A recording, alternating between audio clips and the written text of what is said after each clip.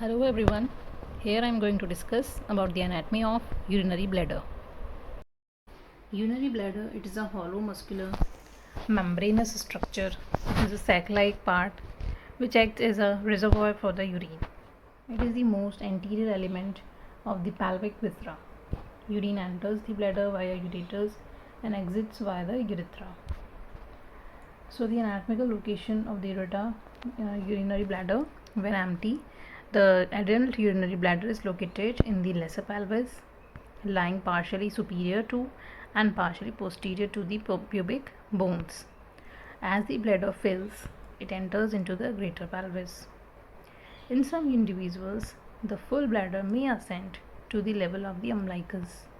In infants and young children, the urinary bladder is in the abdomen when empty. The bladder usually enters the greater pelvis by 6 years of age. So this is the location of the urinary bladder in the lesser pelvis in the adult. In case of child, it is located in the abdominal cavity, and at the age of 6 years, it descends downwards and reaches the pelvic cavity. Now the surfaces of the urinary bladder. These are the anatomical features now. First is the superior surface, right lateral surface, left lateral surface, and the posterior surface. So in the diagram we can see the different surfaces of the urinary bladder, the superior, inferiolateral, and the posterior surface. This is the female urinary bladder. The superior surface of the urinary bladder, in case of females, it is peritoneal, means under the covering of peritoneum. Other parts are non-peritoneal, these are not related to the peritoneum. And then the apex is directed anteriorly. So in the diagram we can see the apex which is directed anteriorly and the neck which is directed inferiorly. So these are the different parts of the urinary bladder, the body and the neck. The body is the major part of the urinary bladder which collects the urine, and the lower part is the neck, which is the posterior, which is connected to the posterior part of the urethra. So it is funnel shaped and it connects the urethra. Now the body of the urinary bladder, it is lined by a transitional epithelium. It holds the urine before it is voided, and it can hold 400 to 1000 ml of urine. It is located between the apex and the fundus. So this is the body of the urinary bladder, which is highlighted with green color. Next is the neck of the urinary bladder. It is the lowest portion of the urinary bladder through which the urethra arises. It is the fixed part of the urinary bladder. Now the fundus. It is the base of the bladder. It has the shape of inverted triangle and it faces posterior inferiorly and is formed by the posterior wall of the urinary bladder. The trigone of the urinary bladder is found on the fundus. So this is the fundus area, which is highlighted with green color, and here we can see the triangular part which is known as the trigone of the urinary bladder. Now the interior of the urinary bladder. The trigone of the urinary bladder, it is found in the interior side. It is the smooth triangular part of the urinary bladder. The mucosal lining of the trigone is smooth and is firmly attached to the underlying wall of the bladder. It is formed by the right and left urethral orifice. Orifice means opening. Urethral means openings of the ureters. Once the trigone of the urinary bladder is stretched to a certain degree, signal is sent to the brain that bladder needs to void. So this is the triangular part which is known as trigone of the urinary bladder, and at the two ends of this trigone we have the openings of the ureters, which are known as urethral openings, and below there lies the neck. Now the urethral orifices, these are the slit-like opening. This is highlighted with green color over here and circled by the black dots, through which the ureters enter the bladder on the posterior lateral angles of the trigone of the urinary bladder. Then there is Mercier bar. It is a mucosal membrane fold which is present between the two urethral orifices. It is also known as interurethral fold. Normal distance between these two ureter, or normal length of the Mercier bar, is 2.5 centimeters when it is empty, when the bladder is empty. When the bladder is full, the distance of this Mercier bar increases and becomes double, that it becomes to 5 centimeters. Now next is the internal urethral sphincter.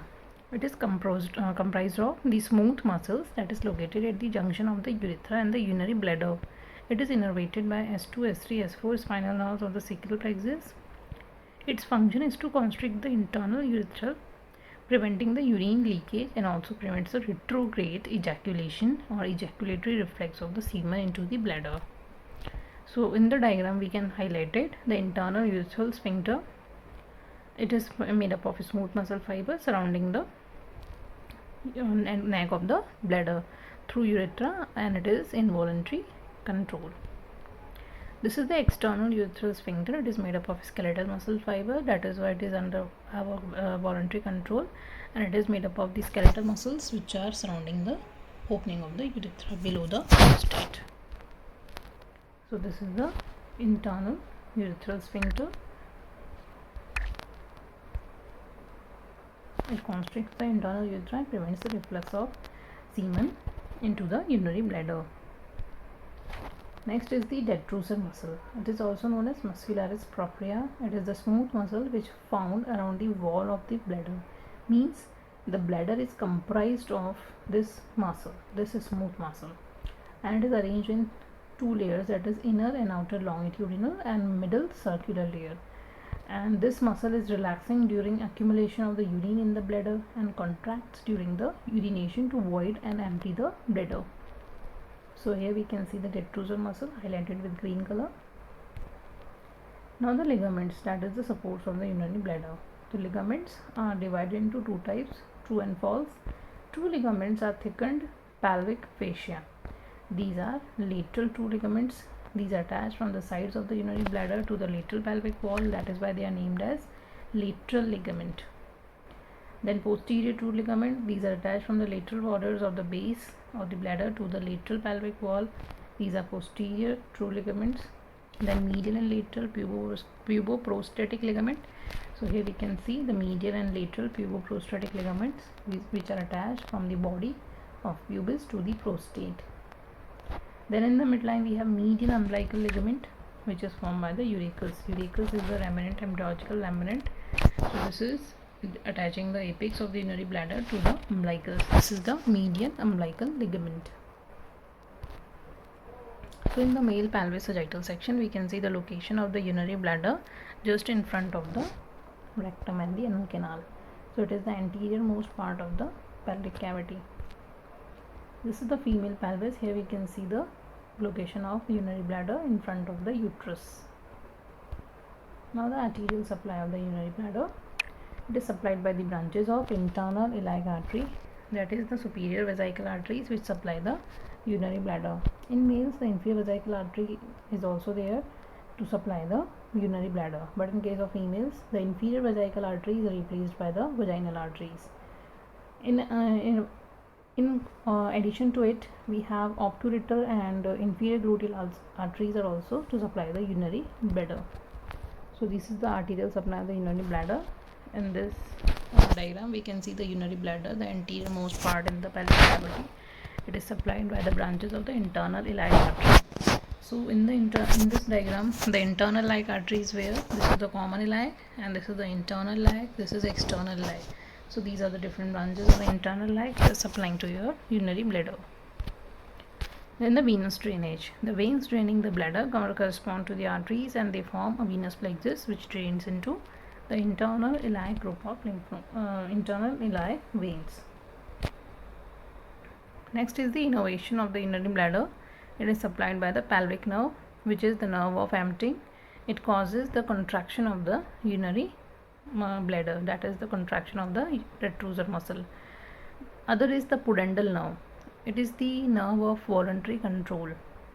So it is firing, we are firing the pudendal nerve when we are trying to hold our urine. Next is the hypogastric nerve. It is the sympathetic innervation which is for the filling of the urinary bladder, that is it is causing relaxation of the detrusor muscle and contraction of the internal sphincter so that urinary bladder can be filled up. So these are the different nerve supply of the urinary bladder. Next is the lymphatic drainage of the urinary bladder. In both sexes The lymphatic vessels leave the superior surface of the bladder and pass to the external iliac lymph nodes, and from those of the fundus part passes to the internal iliac lymph node, and from the neck of the urinary bladder the lymph drains into sacral two common iliac lymph nodes. Now the applied. It includes the uninhibited bladder. The causes for this is maybe cerebrovascular accident or head injuries or brain tumor. In this, the voluntary control over micturition is lost.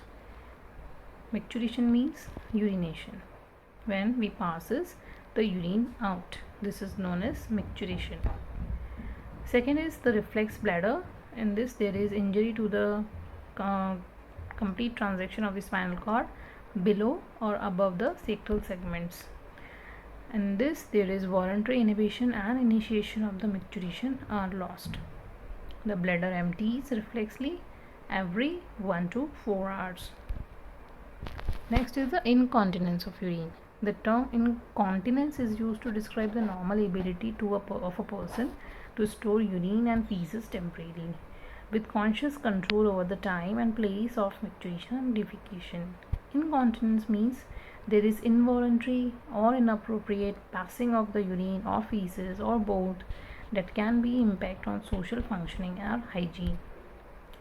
Next is the nocturnal enuresis. During sleep or bedwetting, 15 to 20% of 5 years old children and up to 2% of young adults, they passes urine in the bed during sleeping.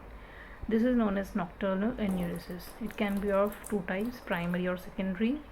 Primary, it includes bedwetting persisting from early age due to delayed maturation of voiding mechanism. Secondary, wets bed after remaining dry for a variable period with an underlying cause of UTI. UTI means urinary tract infection. DM, diabetes mellitus, renal abnormality and failure must be ruled out. Next is cystoscopy. It is a procedure to view the interior of the urinary bladder with the help of cystoscope. Next is trabeculated bladder. Due to chronic obstruction of the outflow of the urine by the enlarged prostate, the bladder becomes distended and its musculature hypertrophies. Hypertrophies means increase in the size. Its muscular fascicula increases in size and give rise to an open weave appearance of the urinary bladder, which is known as trabeculated bladder. Urinary bladder is one of the site of stone formation. So in the diagram we can see the trabeculated bladder, that is weave-like appearance because of the hypertrophy of the musculature of the urinary bladder. Next is cystitis. Cystitis means inflammation of the urinary bladder because of any infection. This completes our topic. Thank you so much.